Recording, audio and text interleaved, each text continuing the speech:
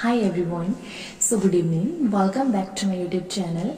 I hope you all are doing great and I'm also fine. So today's topic about product reconciliation. Product reconciliation क्या होता है और product reconciliation हम कहाँ करते हैं, ये मैं आपको इस टॉपिक में क्लियर करूँगी। तो जब प्रोडक्ट रिकॉन्सिलेशन की बात आई तो ये जो मेरा चैनल है ये है फार्मा लाइन से रिलेटेड।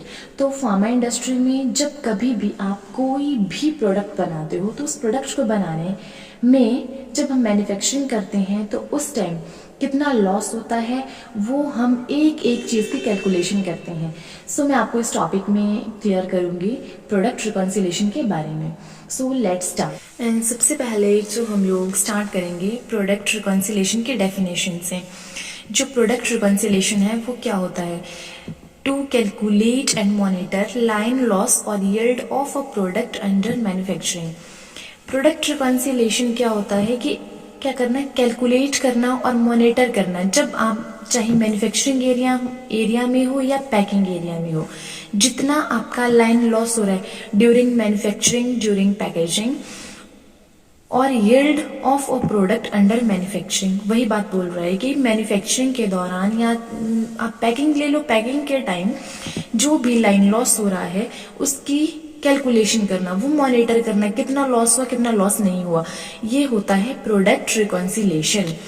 अगर मैं इसके इम्पोर्टेंस की बात करूं तो इम्पोर्टेंस के to ensure yield line loss is within the recommended range.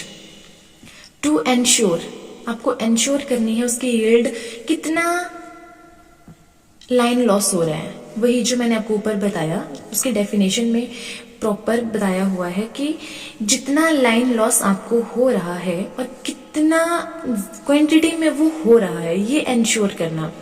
और आपको पता है कि फार्मा में हर एक एरिया की एसओपी होती है, तो हमें क्या करना है, अपनी एसओपी के अकॉर्डिंग ही वर्क करना है। कितना लॉस होना चाहिए कितना लॉस नहीं होना चाहिए वो आपकी एसओपी में मेंशन होता है, और कितना मटेरियल कंज्यूम हो रहा है, ये सारी चीजें आती हैं आपकी प्रोडक्ट रिकॉन्सिलेशन में।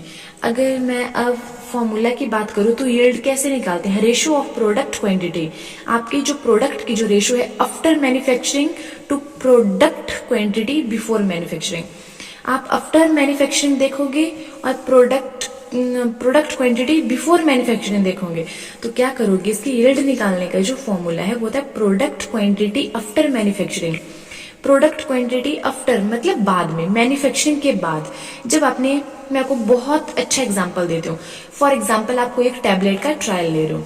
जब आप कोई टैबलेट का ट्रायल लेते हो तो उस टाइम आप क्या करते हो, ड्राई मिक्स मटेरियल लिया आपने और आपने जो बाइंडर यूज किया वो ले लिया, उसका आप क्या करोगे, वेट करोगे। ठीक है, जब आप पहले आपने उसका वेट कर लिया, ड्राई मिक्स मटेरियल का कर लिया और जो बाइंडर यूज किया था उसका आपने वेट कर लिया।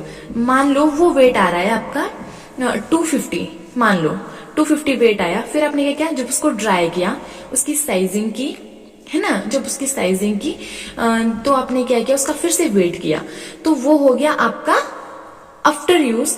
और जो पहले ड्राई मिक्स और जो बाइंडर का जो वेट किया था वो हो गया बिफोर यूज।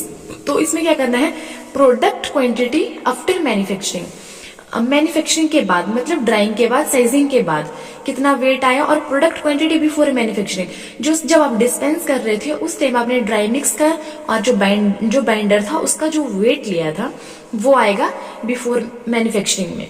मतलब बाद का जो मैन्युफैक्चरिंग के बाद की जो प्रोडक्ट की क्वांटिटी होगी और बिफोर मैन्युफैक्चरिंग से पहले की जो क्वांटिटी होगी उसको डिवाइड करना है, इनटू 100 कर देना। जितनी परसेंट यील्ड आएगी 99.14, मान लो इतनी यील्ड आ गई आपके पास। फिर क्या करोगे उसमें, उसके बाद जाकर के आप क्या करते हो, उस परसेंटेज के अकॉर्डिंग ही फिर आप अपना लुब्रिकेंट उसमें यूज करते हो। तो ये यील्ड होती है आपकी, इसको ये सबसे मेन रिकॉन्सिलेशन होती है आपके टैबलेट की। अगर लाइन लॉस की बात करूं तो क्या होता है, measure of material loss during each of the stage, वही है इसमें, इसकी कैलकुलेशन होती है product quantity before manufacturing. Manufacturing से पहले की जो प्रोडक्ट की क्वांटिटी होगी उसमें से माइनस कर दोगे आप प्रोडक्ट क्वांटिटी आफ्टर मैन्युफैक्चरिंग, जो बाद में आएगी, जितनी आएगी वो आपके पास उतनी यील्ड हो जाएगी। सो ये आपकी बहुत इजी कैलकुलेशन थी आपकी किस चीज की, प्रोडक्ट रिकॉन्सिलेशन की। आई होप आपको ये वीडियो पसंद आया होगा। वीडियो पसंद आए तो वीडियो को लाइक करना, शेयर करना और चैनल को सब्सक्राइब करना ना भूलें। Thank you.